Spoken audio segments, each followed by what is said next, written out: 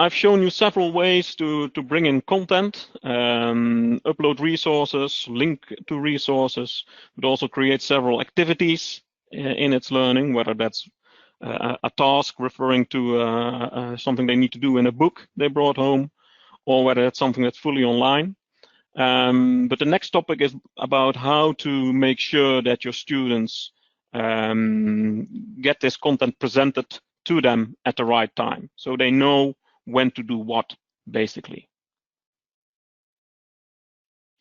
And our recommended way is to add these resources to a plan. And in the plan tool, you can use topics to organize all the plans you are using. So let me start this video here. I'm starting with the resources, seeing all the files I've uploaded and created. If I then jump into the plans tool, I can first create a topic. For example, again, poetry. There might be several lessons or weeks that I work on this topic. I give the plan a title, and then I can add a date to the plan.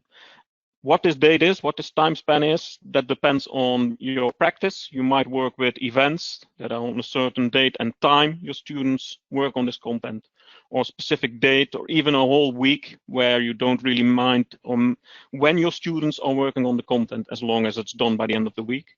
You can give a description to the plan, give it a bit of context, and also here create and upload content directly to the plan, or select it from the course if you have added these resources previously. So now I'm done. I've created my plan, added my resources, can reorganize the sequence if I want to, but let's switch to the student view. They can see the plan on their overview page because of the date, and then they can simply use the arrows at the top of the screen to navigate through the content. You see that this dialog takes up the whole screen, so students are fully focused or can be fully focused on the content, but also the maximum width is utilized to show all these resources. This is the task which students can simply check off, saying they're done. And then with the assignment, which was a group assignment, students can, in this example, create their own groups, and then as a group can answer the assignment. This was this template document, so when they answer the assignment, a copy of that document is made on the fly. They can start entering, in this case, the poems they are going to compare. And once done, fast forward in time, they can submit the answer. Lastly, test included in this plan, where you can simply answer the questions in the test. Also here, fast forward in time. When I'm done with the test, I can immediately see the results, but I can also see which questions I had correct and which questions I had incorrect or partially incorrect.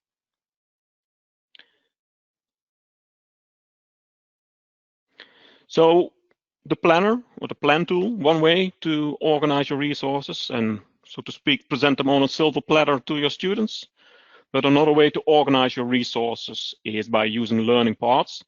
And the learning paths allow you to have a more strict sequence of your resources, where you, for example, want your students to submit an assignment before they can continue, while in the planner they can more freely navigate between resources if they so want to. But you can also create an adaptive experience with learning paths for your students.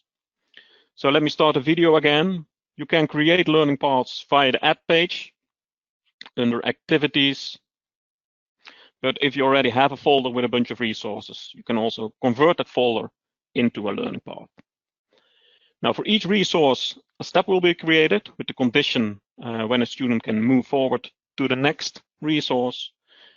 But in this example, let us use this test that was at the bottom more as an exit ticket, or rather a way to fast forward on the learning path. If they score an 8, maybe, I want them to jump to step 7, which is the group assignment. If they score lower, then they will get the additional resources. So maybe those are remedial resources that you want your students to study if they struggle on the test.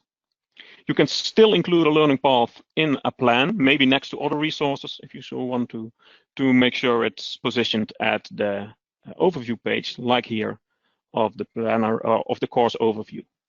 So students starting the learning path, answering the questions, again, fast forwarding in time a bit.